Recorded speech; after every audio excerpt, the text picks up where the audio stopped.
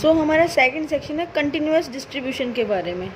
ऐसा डिस्ट्रीब्यूशन जो continuous variable जैसे कि हाइट, वेट, ये सब इनको लेके बनाया जाए, वो क्या होता है, कंटिन्यूअस डिस्ट्रीब्यूशन होता है, जिसके अंदर वेरिएबल कंटिन्यूअस हो, यानी कि कोई इंटरवल प्रेजेंट हो कि यहाँ से यहाँ तक, ठीक है, उसे हम क्या कहेंगे, कंटिन्यूअस डिस्ट्रीब्यूशन कहेंगे। इसकी प्रॉपर डेफिनेशन हम फर्स्ट सेक्शन में लिख चुके हैं।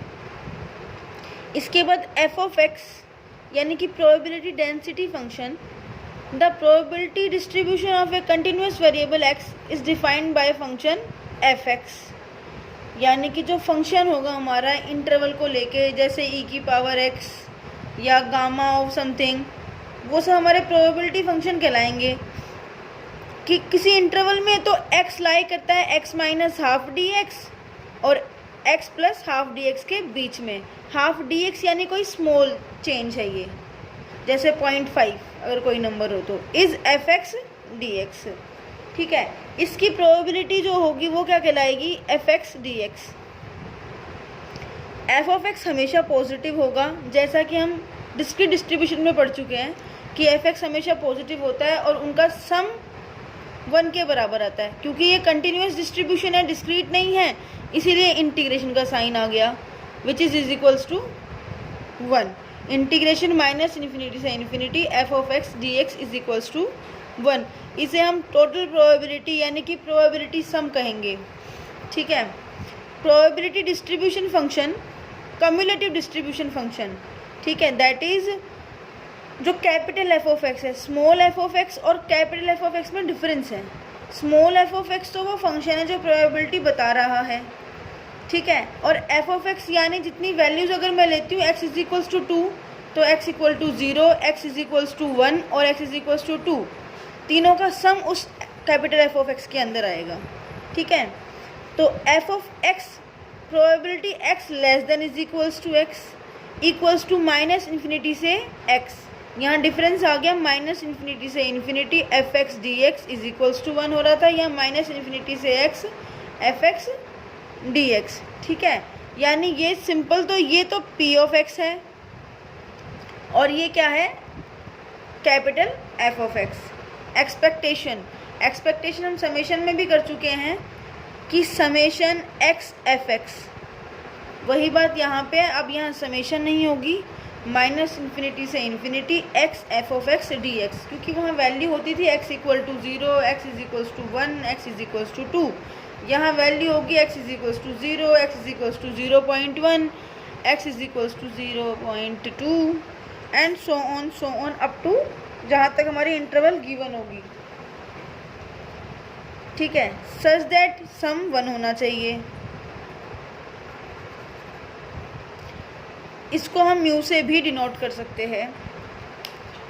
वेरिएंस सिग्मा स्क्वायर से वहाँ भी करते थे। Summation x square f x वो अबाउट ओरिजिन होती है, ये अबाउट मीन है, इसीलिए एक्स माइनस म्यू। वो अबाउट ओरिजिन होती तो एक्स माइनस 0 का स्क्वायर इज एक्स स्क्वायर, ठीक है।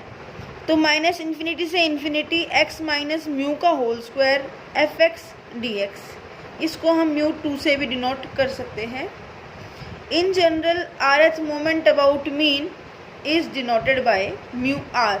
जैसे म्यू 2 था तो यहाँ पावर 2 थी, जब म्यू r है तो माइनस इन्फिनिटी से इन्फिनिटी x माइनस म्यू की power r F x D x, ठीक है। म्यू 2 यानी कि सेकेंड मोमेंट है, ये second moment about mean is variance, या इसका दूसरा फॉर्मूला भी है mu 2 dash minus mu 1 dash का स्क्वायर, या फिर expectation of x square minus expectation of x का होल स्क्वायर। ये अलग अलग फॉर्मूले हैं, according to the given data हम इसको करेंगे, ठीक है। Properties same as probability density function जैसी हैं। एफ एक्स ग्रेटर देन 0 होता है तो कैपिटल एफ डैश एक्स भी ग्रेटर देन 0 होगा। एफ माइनस इन्फिनिटी पे 0, एफ इन्फिनिटी पे 1, यानी कि पूरा सम जब हो जाए, जितनी मेरी प्रोबेबिलिटीज़ गिवन हैं, जितनी वैल्यूज़ हैं, सबका सम जब करके आएगा तो final is 1, which is equals to total probability minus infinity से infinity F x D X. ये तो हम ऑलरेडी जानते हैं ना 1। ठीक है। प्रोबेबिलिटी ए से बी के इंटरवल में अगर मुझे निकालनी है तो ए से B F x D x को मैं लिख सकती हूँ माइनस इन्फिनिटी से B F x D x minus minus infinity से एफ एक्स डी एक्स। सीधी सी बात है कि अगर मुझे ये डिस्टेंस निकालना होता ये है माइनस इन्फिनिटी और यहाँ मुझे इन्फिनिटी गिवन है, बीच में कहीं ए और बी पॉइंट गिवन है। अब मुझे ये चीज़ निकालनी है, इन्होंने कहा, तो इसने कहा पहले ये निकालो, इसमें से माइनस कर दो ये वाली चीज़, तो जो बच जाएगा वो यही बचेगा। ठीक है, वही काम हमने यहाँ किया है, माइनस इन्फिनिटी से B F x D x minus minus infinity से A F x D X which is distribution function up to B minus distribution function up to A. ठीक है, इसका मोमेंट जनरेटिंग फंक्शन यानी कि, या फिर मैं कहूँ कि M G F short form. ठीक है, एम ए टी यानी अबाउट पॉइंट ए कह रही हूँ अब मैं इसे। ठीक है, या अबाउट मीन